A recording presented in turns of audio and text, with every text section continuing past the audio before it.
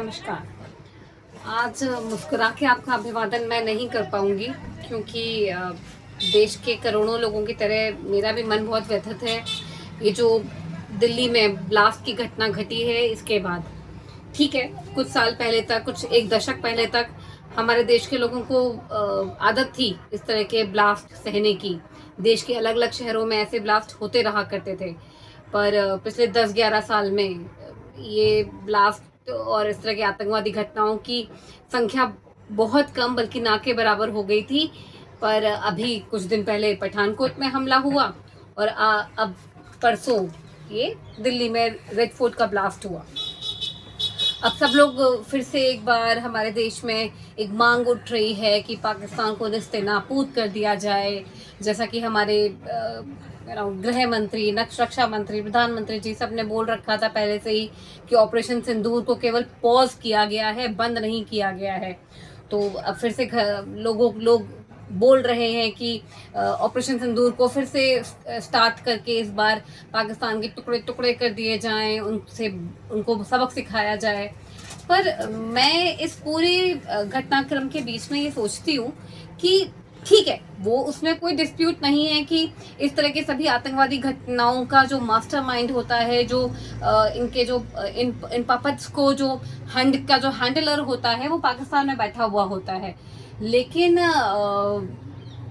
Ultimately mastermind ही तो वहाँ होता है, उसको एग्जीक्यूट करने वाले तो यहाँ होते हैं ना।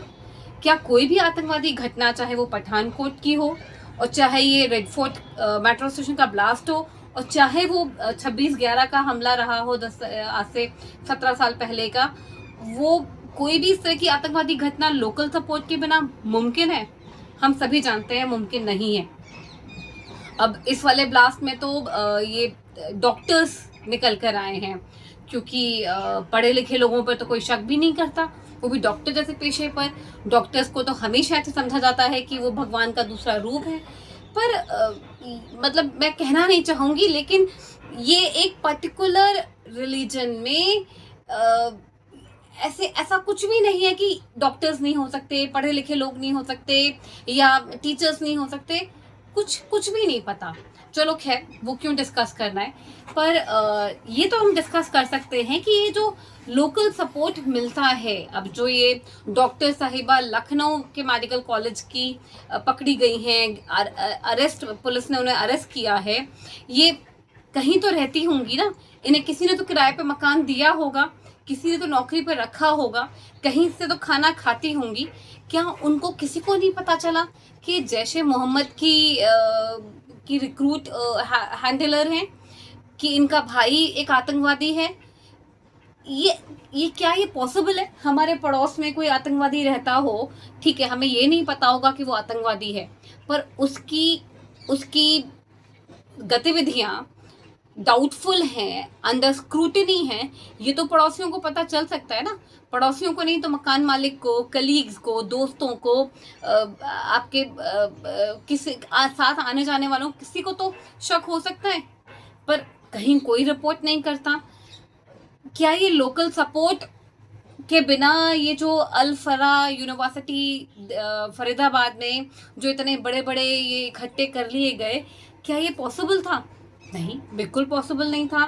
तो मुझे ऐसा लगता है, ये मेरी सोच है, आप लोग अपनी ओपिनियन मुझे बता सकते हैं कमेंट सेक्शन में, कि पाकिस्तान को निस्ते नाबूद करने से पहले क्या हमको हमारे देश के ही अंदर जो हमारे ये गद्दार बैठे हुए हैं, जो हमारे देश की खाते हैं और आतंकवादी घटनाओं को अंजाम देकर सोचते हैं कि इन्हें जन्नत नसीब हो जाएगी, इन्हें 72 हूरें मिल जाएंगी, ये तो अल्लाह का काम कर रहे हैं, उन्हें गज़वाए हिंद चाहिए? क्या इन पर अटैक करना पहले ज़रूरी नहीं है? क्या इन पर सफाया करना पहले ज़रूरी नहीं है?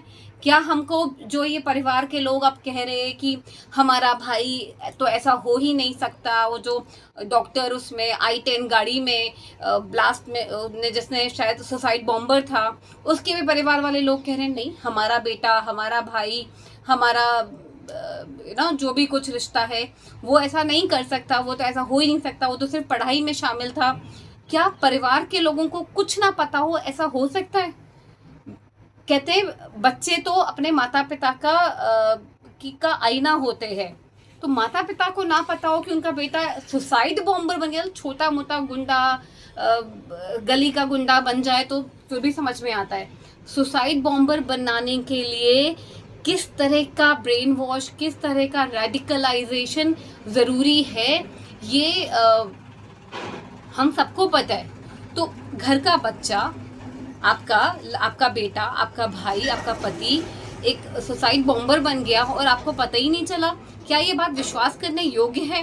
क्या हमारी एजेंसीज को इन लोगों के खिलाफ भी, जो परिवार के लोग हैं, जो किराए पे मकान दे देते हैं, जो नौकरी दे देते हैं, जानते हुए भी कि पिछली नौकरी से इसको निकाल दिया गया था बिना बैकग्राउंड वेरिफिकेशन के, बिना पुलिस वेरिफिकेशन कराए, क्या इनको भी हमारी पुलिस एजेंसीज को धरपकड़ नहीं करनी चाहिए, जिससे आगे से इस तरह के लोकल सपोर्ट प्रोवाइड करने वाले लोग थोड़ा डरे, उनमें जो हमें टेरराइज करना चाहते हैं, गजवाए हिंद बनाना चाहते हैं, वो खुद थोड़े टेरर में रहें।